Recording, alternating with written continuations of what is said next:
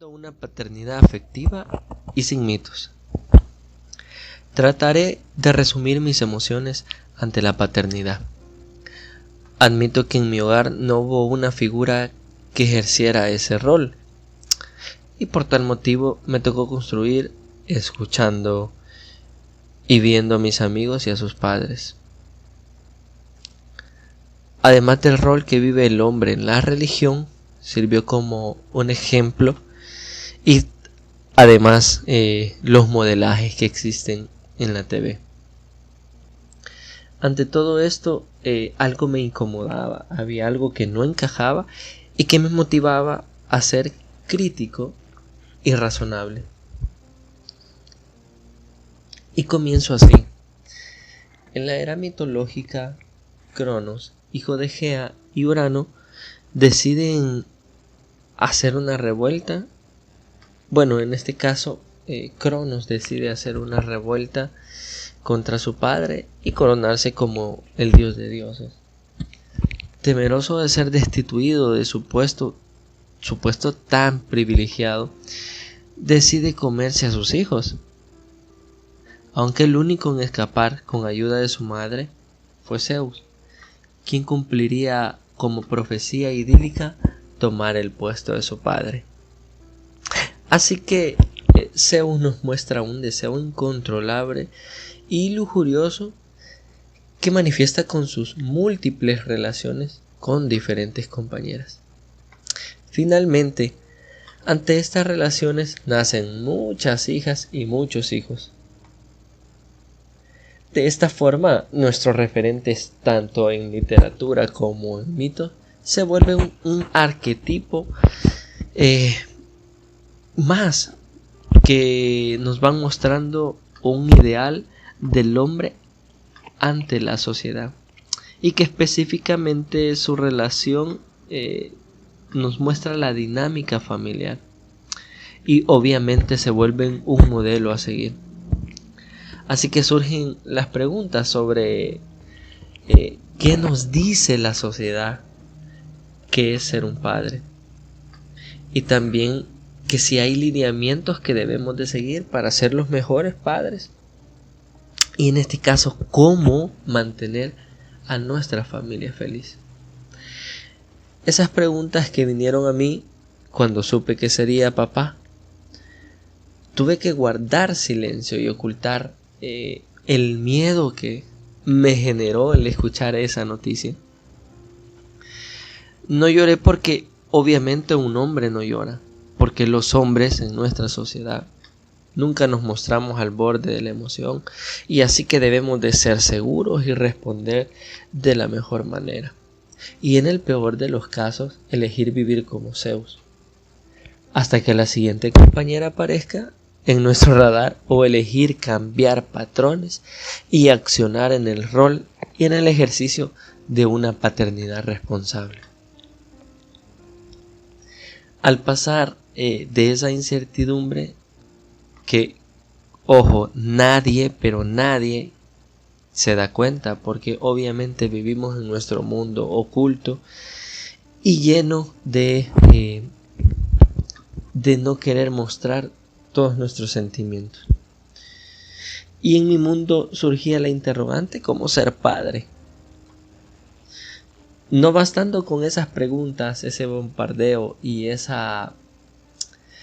quizás ese momento de guardar todas estas emociones, aparecen nuevas preguntas de la sociedad, de mis amigos, y es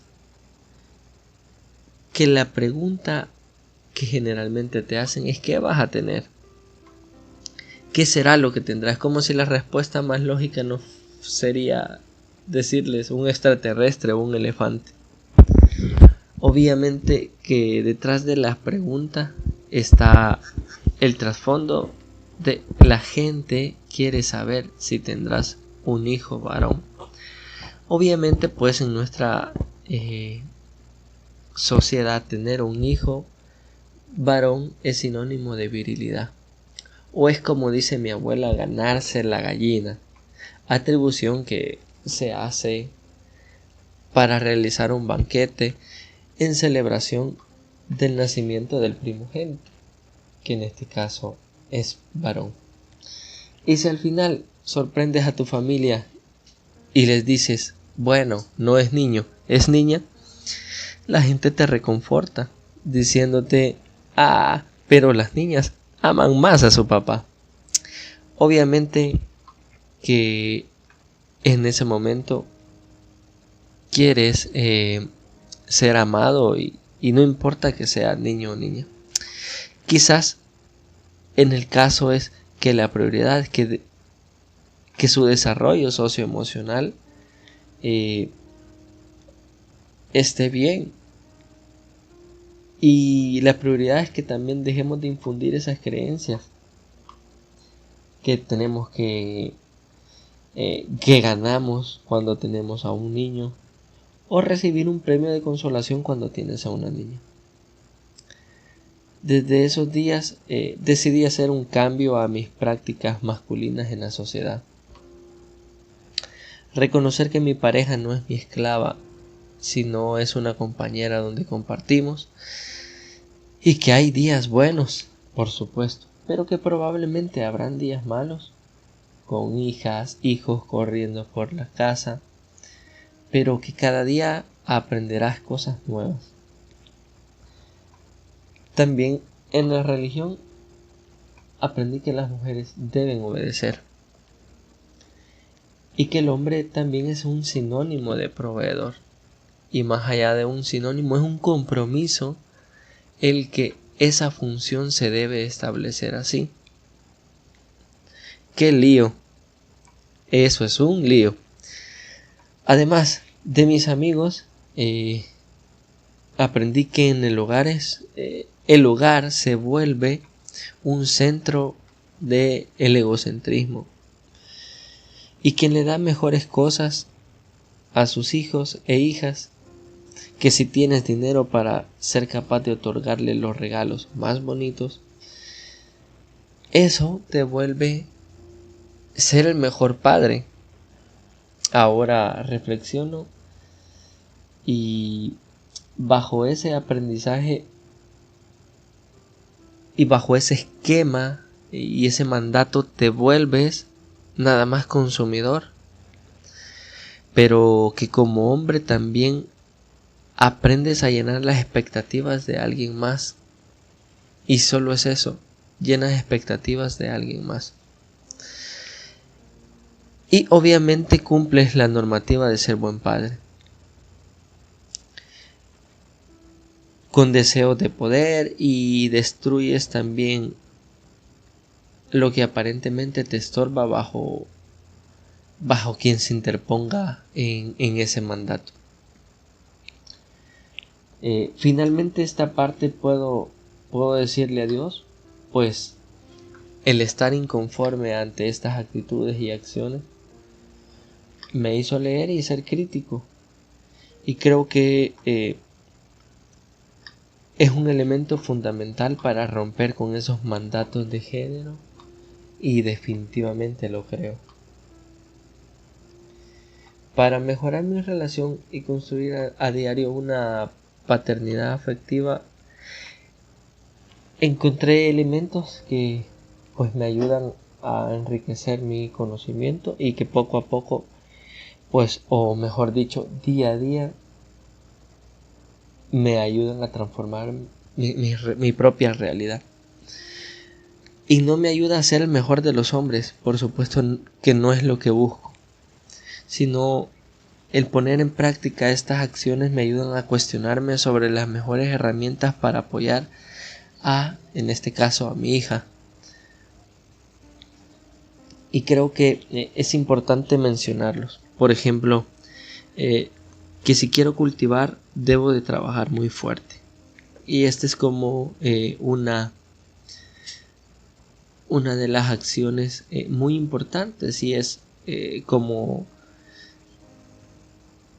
si cuando mi hija tenía 2 meses me preocupaba que siempre lloraba en mis brazos y que nunca se dormía conmigo. Eso me trajo una frustración muy grande, y comencé hasta a cuestionarme si era mi hija.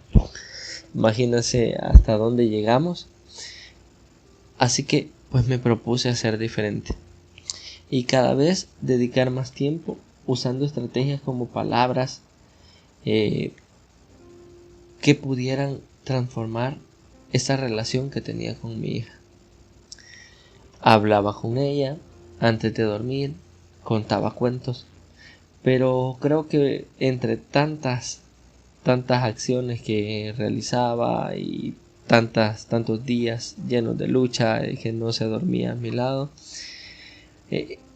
busqué una estrategia de colocarle una canción antes de dormir.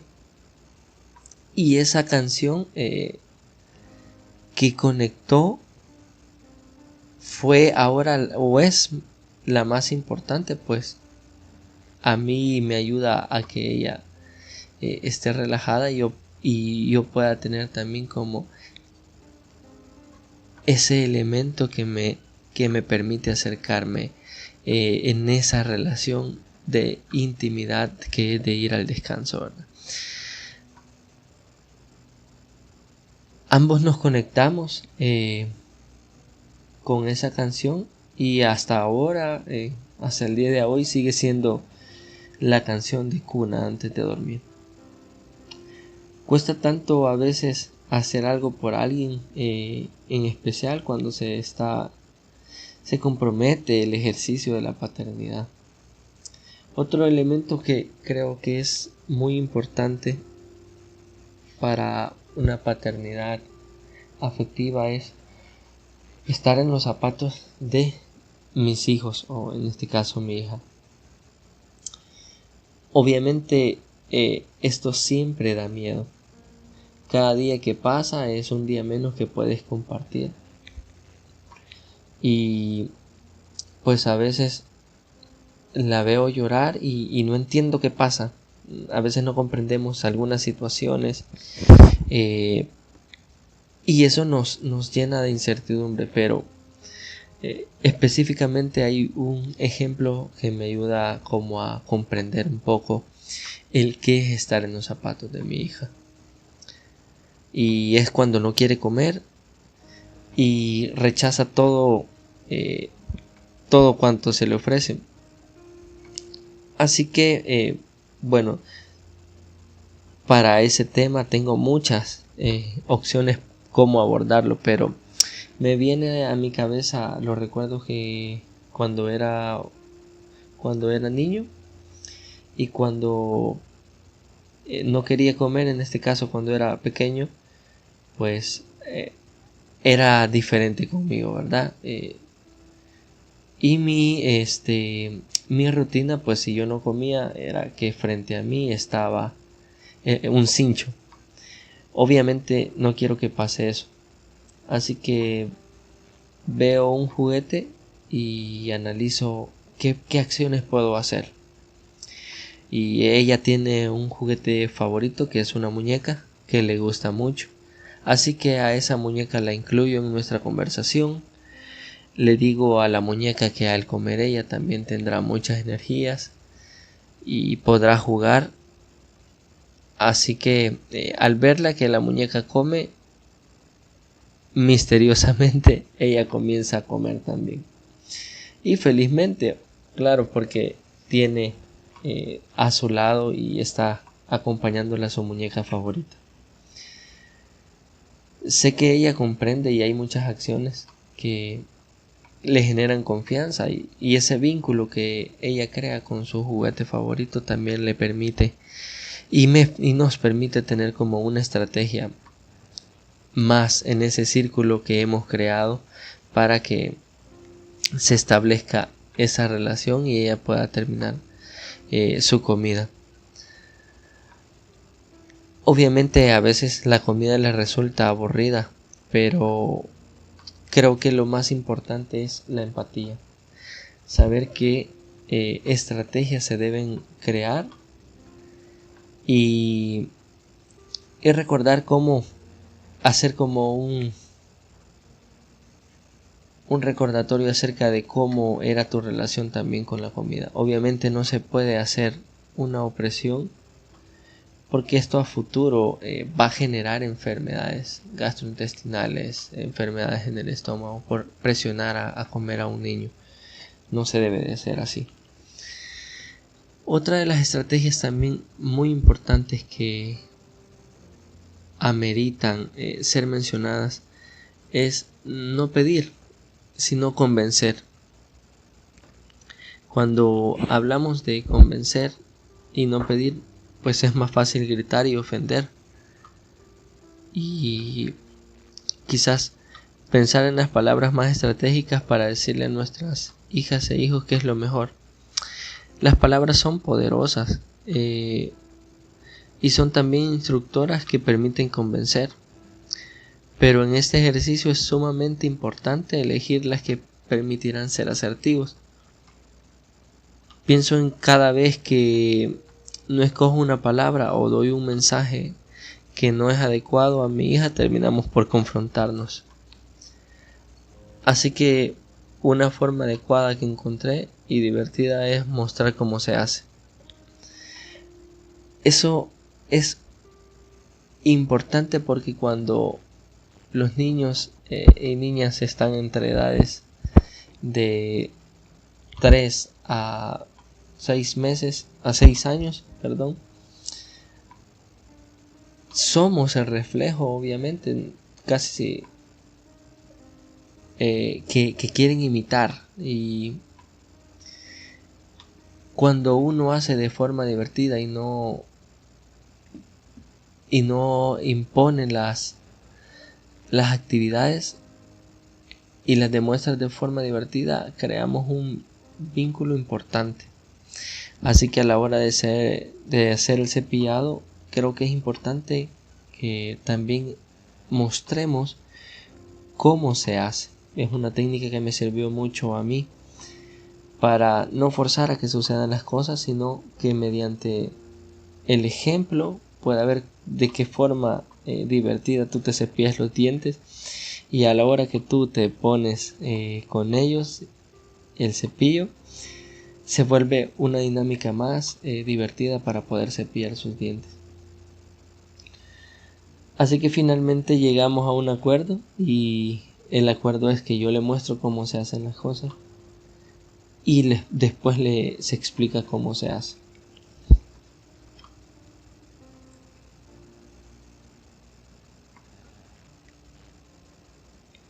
También bajo esa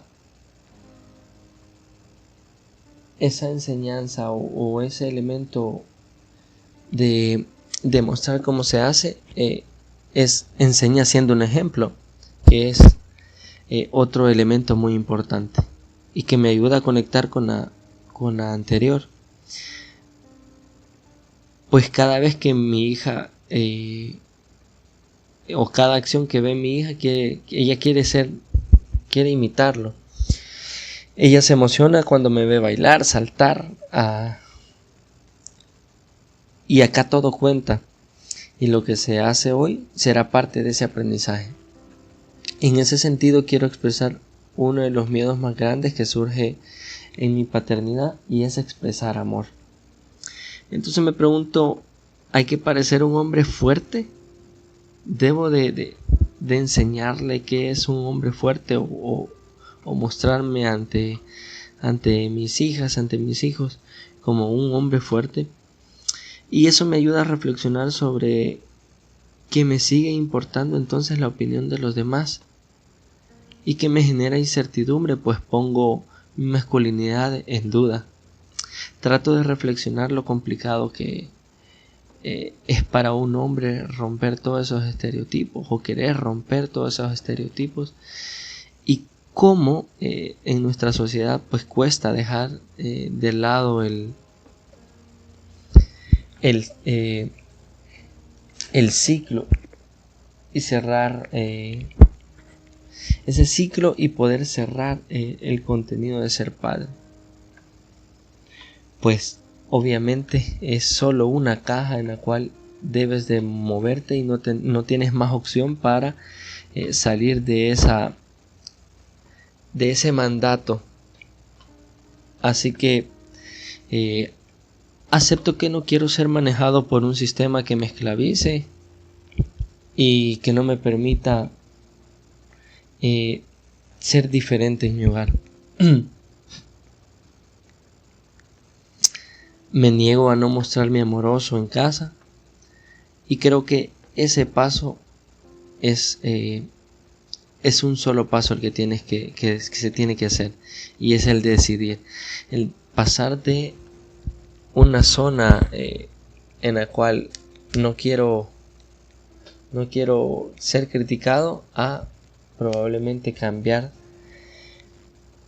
y ser diferente y poder tener apertura a verme como obviamente la sociedad no quiere que me vea como un hombre amoroso, como un hombre que comparte en su hogar, que disfruta estando y pasando tiempo en su hogar y que no tiene problemas con participar en las actividades del hogar. Pero obviamente ese paso da miedo, y da miedo romper mandatos y salir de las reglas básicas para ser un padre, porque es mejor sentarse, ver la televisión y dar órdenes. Por lo tanto, abrazar para mí es muy importante, el contacto físico, y siento que es un canal de comunicación que sirve muchísimo con mi hija y con mi familia, y nos permite estar cercanos. Es una carga grande que te genera el poder compartir y el poder abrazar. Como quinto elemento, quiero destacar el mito de la calidad y la cantidad. Creer que dedicar tiempo corto pero de calidad es ser un buen padre es estar equivocado, pues eso solo nos ayuda a huir de la responsabilidad. En casa no solo se dedica tiempo a los hijos, existen más actividades en las cuales esperan por nosotros. En la casa te vuelves corresponsable en la casa eres corresponsable, pero cuando dependes de alguien más, o dependes de que alguien más prepare la cena o el desayuno o la limpieza o otras actividades como el lavado de ropa, y tú no estás ahí o tú no te haces cargo, algo estamos haciendo mal. Y quizás con eso no trato de de hacernos sentir culpables, pues obviamente el tiempo es una demanda muy grande, y pues en nuestras sociedades el movilizarnos de nuestro trabajo a la casa nos lleva mucho tiempo y nos obliga a pasar mucho tiempo fuera de casa, y el no estar participando en las actividades del hogar. Pero no se trata de hacernos sentir culpables, sino es simplemente pensar que un equipo, cada participante tiene responsabilidades, y para que todo funcione de la mejor manera tendremos que concentrarnos y también conocer cómo es estar en los zapatos de tu familia, de tu compañera, de tus compañeros dentro del hogar, porque para triunfar todos somos responsables en una familia. Así que no es la calidad o la cantidad, sino es el verdadero equilibrio en la calidad y la cantidad de tiempo que dispones en el hogar. Y a las actividades, obviamente, no es solo la responsabilidad que te toca con el tiempo con tus hijos e hijas, sino cómo también esa calidad de tiempo se dedica a las actividades del hogar y participas. Así que como reflexión, sé que es muy importante que valoremos este punto, Finalmente y en resumen, quiero detallar que si en nuestros hogares participamos en la crianza y en la educación y elegimos la disciplina positiva, en el hogar tendremos pilares muy importantes para educar a nuestras hijas e hijos. Seremos valientes y definitivamente no podremos cambiar nuestro pasado, eso no lo podemos negar, pero sí podemos hacer algo muy importante, y es transformar ese pasado que, como vuelvo y lo repito, no podemos cambiarlo, y que probablemente para algunos pudo ser doloroso, o en mi caso pudo ser doloroso, o tal vez no. Pero como hombre he tenido que recordar cosas que en mi presente no quiero vivir más. Y creo importante que cerrar ciclos es un paso para iniciar una construcción de una paternidad responsable. Me niego rotundamente a no poder, me niego a poder no ejercer mi paternidad. Creo que es importante poder vivir la paternidad y sobre todo ser afectivo.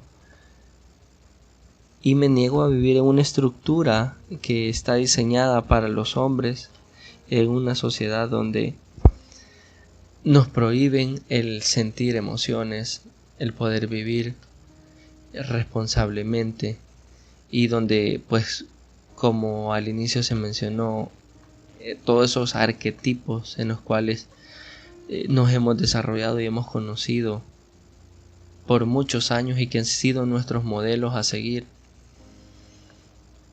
y que ese cambio de prácticas culturales no nos puedan generar un mayor aprendizaje dentro del hogar y conocer especialmente las cosas que vives y de lo mucho que te pierdes en el hogar. Así que creo que sí es necesario permitirse amar y también permitirse ser amado. Así que finalmente me gustaría cerrar con un texto del libro Días y Noches de Amor y de Guerra de Eduardo Galeano. Y este es del texto que dice: a mí me hicieron del barro, pero también del tiempo. Desde que era guri, supe que el paraíso no existía en la memoria. Adán y Eva no tenían pasado. Y hace una pregunta: ¿se puede vivir cada día como si fuera el primero? Entonces ahora yo pregunto: ¿podemos construir relaciones mejores con nuestras hijas e hijos? Y si podemos vivir nuestra paternidad siendo afectivos. Yo daría una respuesta afirmativa respondiendo que sí podemos vivir paternidades afectivas dentro de nuestro hogar, y que solo hace falta tiempo para que este mensaje pueda ser difundido, y con la experiencia de cada uno de los hombres, y que no nos queremos, quizás no queremos vivir esa hegemonía que el mismo sistema nos dicta cómo son las masculinidades, y que ya es algo que pues en muchos hombres se está desconstruyendo. Así que parte importante de este mensaje, creo, es reflexionar acerca de cómo vamos a cambiar esa estructura y podemos ser agentes de cambio, y brindar también espacio para romper todos esos esquemas mentales que hemos construido desde nuestros hogares y que no nos han permitido trascender más allá. Pero creo que es importante que en este tiempo nos demos la oportunidad de poder valorar realmente las nuevas masculinidades y transformarnos como padres en nuestras familias.